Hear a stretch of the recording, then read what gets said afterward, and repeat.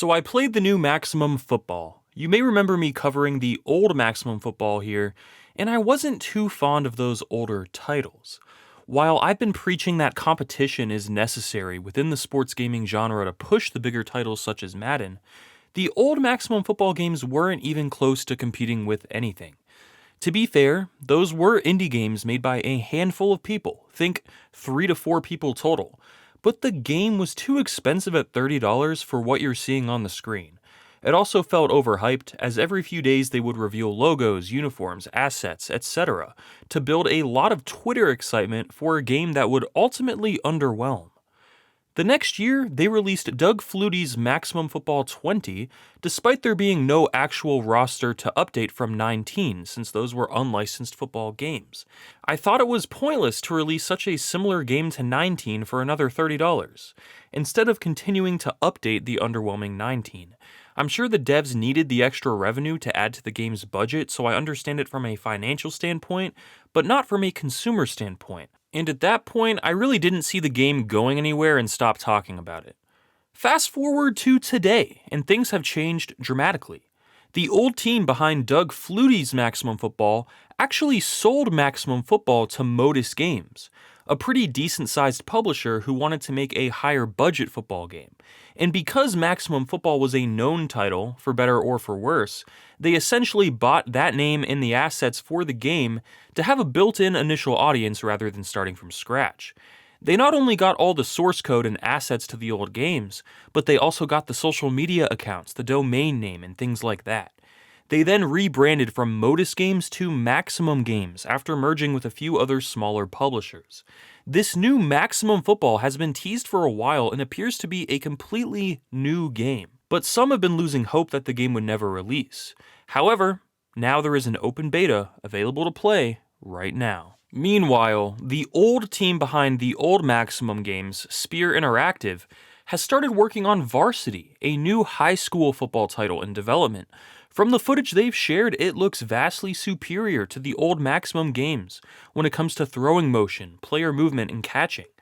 But again, I hope they learn from the past. These clips are getting a lot of hype, with some Instagram pages sharing the clips with captions like "EA is done for." We have to keep in mind that these are simple clips. There is no defense or offensive line. We have no idea how far along the 11-on-11 actual football is, how the AI is, or any of that. While these clips look promising for sure, don't start overhyping this game that's likely being made by just a few people. Games like this are bound to fail when they get overhyped, and then feel underwhelming once players can actually play them. But from what we've seen so far, it does look promising. Now that you have proper context for the confusing Maximum Football saga, we can now talk about the new Maximum Football from Maximum Games, formerly Modus Games. The old Maximum games were made in Unity. This new Maximum Football title was made in Unreal Engine 5, so graphically it looks a whole lot better. The lighting, grass, stadiums, jersey detail, it all looks really nice for a game of this caliber. And by this caliber, I mean a game that is somewhere between indie and AA. Madden is a AAA, high-budget game. So is All Pro Football 2K8. Indie games like Sunday Rivals or Legend Bowl have a very limited budget and are made by just one dude each. Maximum Games is a publisher with more resources and a higher budget than most indie games. So while this game shouldn't be expected to be as good as something made by a AAA studio like All Pro Football 2K8 or any Madden, it should at least be expected to be more complex than your average indie football game, for better or for worse. Notice how this game is simply titled Maximum Football now. No more Doug Flutie for pointless flexing, and no more yearly release. And the $30 price tag is also gone. Maximum Football is now free to play. I've been playing the open beta, and I'll give you guys my feedback from that, but keep in mind that you can go access and play this beta for free yourself on Steam if you have a decent enough computer. And once this game officially releases, it will be free and available on PC and consoles like the PS5 and Xbox Series X. They claim to have no loot boxes, but there will be premium content you can buy directly, such as franchise mode or something like that. The game will also have online multiplayer with crossplay. Those are the perks of having Maximum Games as your publisher. No actual indie game could have online multiplayer with crossplay. Maximum Football is being advertised as a community-driven ultimate football simulation sandbox. It should continue to get updates over the years and only get better and better, in theory, by building the game based on user feedback. The target audience for this game is literally you, those of us who watch my channel, who are annoyed with EA's monopoly over the years and want something new, something to satisfy those who are missing games like All Pro Football 2K8. I know that was a lot of historical context, but I've been following Maximum Football for a long time and felt obligated to provide that information, since this is a pretty niche topic that very few discuss in detail online. Now, here is the gameplay from the beta with my impressions. In its beta form, the game is very limited, so I didn't really bother messing with anything except exhibition and then jumped into a game with the two preset teams. Keep in mind that this is a beta, and this is a game that is supposed to get continuous updates for a long time, so this is hopefully as bad as it will ever be, unless the game gets abandoned. Pre-game cinematics are decent. Graphically, you can tell this is light years ahead of the old Maximum Football, but the transition screens and broadcast graphics just look cheap and feel jarring to me. This game looks best on the field, but it spends a lot of time after every single play cutting to these jarring transition screens. Play selection is a bit tough to read. The buttons you press to select plays don't feel natural at all compared to Madden or even NFL 2K. The placement is weird. The play art is kind of hard to read. The scoreboard looks awfully generic.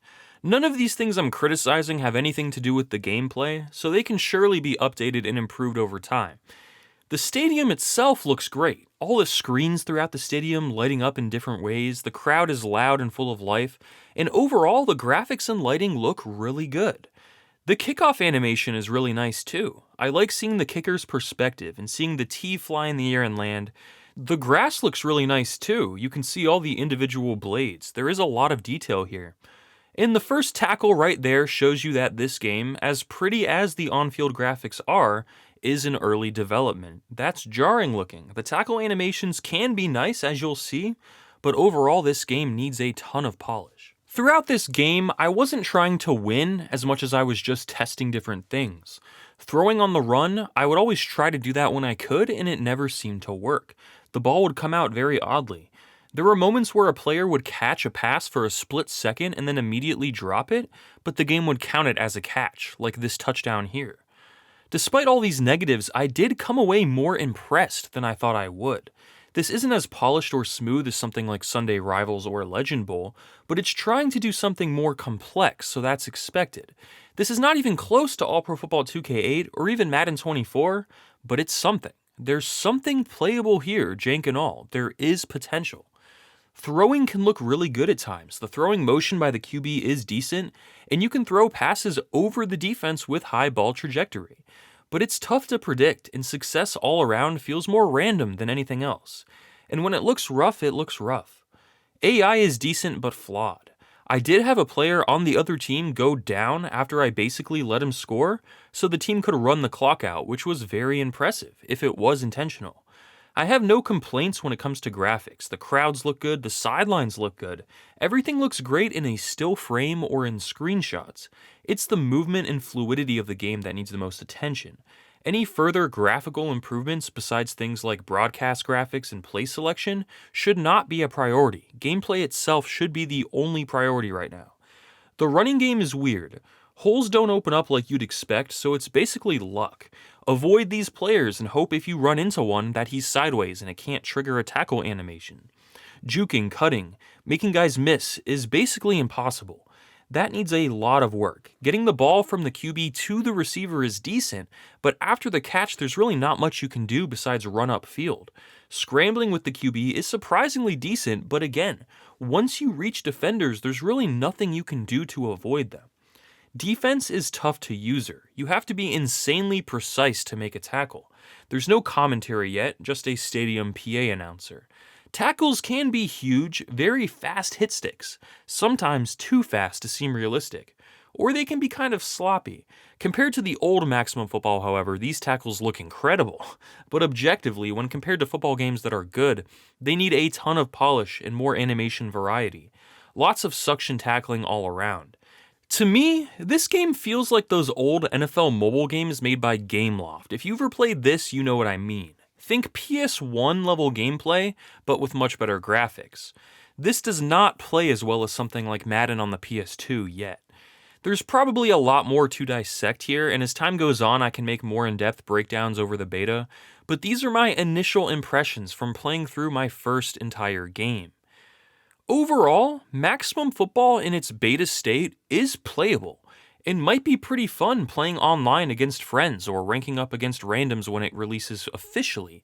For a free-to-play game that's cross-platform and providing a ton of future updates, it's promising for sure, but in its current state, it's no Madden killer. This isn't even the best indie football game. In fact, it's not even an indie football game anymore. But it has more potential down the road than your usual indie game thanks to its publisher.